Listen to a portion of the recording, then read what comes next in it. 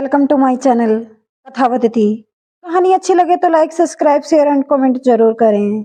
संदीप एक छोटे बच्चे के साथ बहुत मुश्किल से अपना जीवन चला रहा था।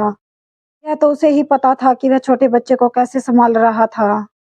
यह बहुत मुश्किल था क्योंकि उसे अपना काम भी संभालना था, अपने बच्चे को भी साथ रखना था। अपने छोटे बच्चे की देखभाल के लिए उसने अपना खुद का छोटा मोटा काम कर लिया था, जिससे वह अपने छोटे बच्चे की भी देखभाल कर सके। वह पड़ोस में ही रहता था। संदीप के पड़ोस में एक बुढ़िया भी रहती थी। संदीप शाम को उसके पास चला जाता था क्योंकि वह बुढ़िया भी अकेले ही रहती थी। बुढ़िया हमेशा संदीप से यही कहा करती, तुम्हें दूसरी शादी कर लेनी चाहिए, वह तुम्हारा भी ख्याल रखेगी और इस बच्चे का भी। लेकिन संदीप यही कहता था कि मुझे नहीं लगता कि कोई इसका बहुत अच्छे से ख्याल रख सकती है। मुझे नहीं पता कि कोई इसका ख्याल रख पाएगा भी या नहीं, इसलिए मैं इस बारे में ज़्यादा नहीं सोचता। वैसे भी हम दोनों बहुत खुश हैं। माना हमारी ज़िंदगी आसान नहीं है, मगर हम साथ में हैं तो ये ज़िंदगी भी कट जाएगी। उनकी बातों से बुढ़िया को भी लग रहा था कि वह जितना चाहे अपने आप को खुश दिखा रहा है, मगर ऐसा नहीं है। वह अंदर से बहुत दुखी लग रहा था। उसे पता है कि वह कितनी मुश्किलों को झेल रहा है।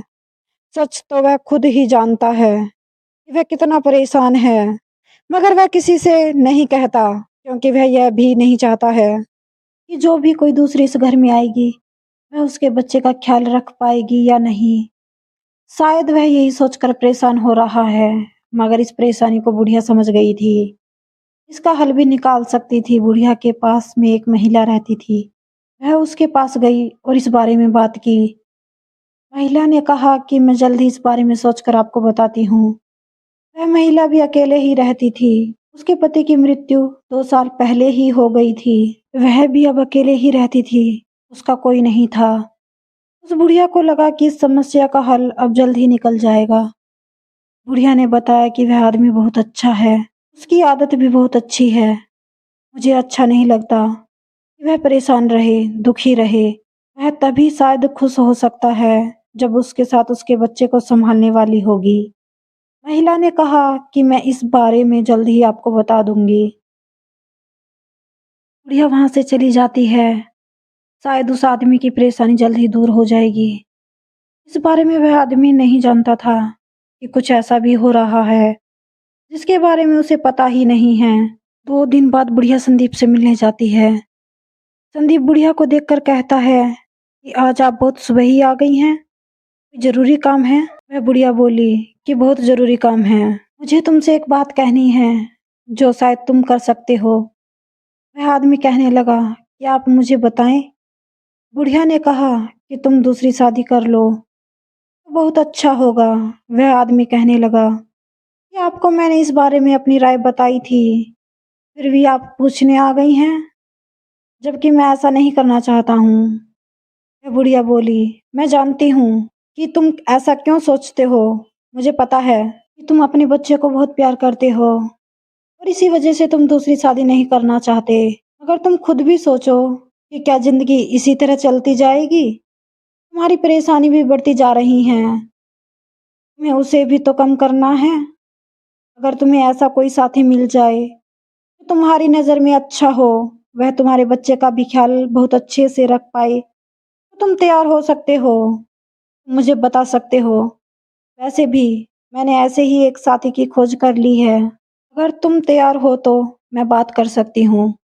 वह आदमी भी इस बारे में जानता है कि अगर कोई उसके बच्चे को अपना समझ सके तो बहुत अच्छा होगा। उस आदमी ने कहा कि आप बड़े हो, आप कोई भी फैसला कर सकते हो। अगर आपको लगता है कि वह बहुत अच्छी होगी तो आप बात कर सकते हो, मुझे कोई परेशानी नहीं है। बुढ़िया ने कहा कि तुम उसे आज मिल सकते हो। अगर सब कुछ ठीक रहा तो जल्दी ही शादी कर सकते हो। दोपहर बाद वह मिलने चला गया था।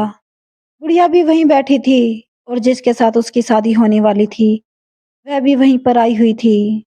वह आदमी कहने लगा कि मुझे नहीं पता है कि तुम शादी के लिए कैसे तैयार हो गई हो, मगर मैं अपने बारे में सब कुछ बता देता हूँ जिससे तुम्हें सब पता चल पाए। संदीप सब कुछ बता देता है।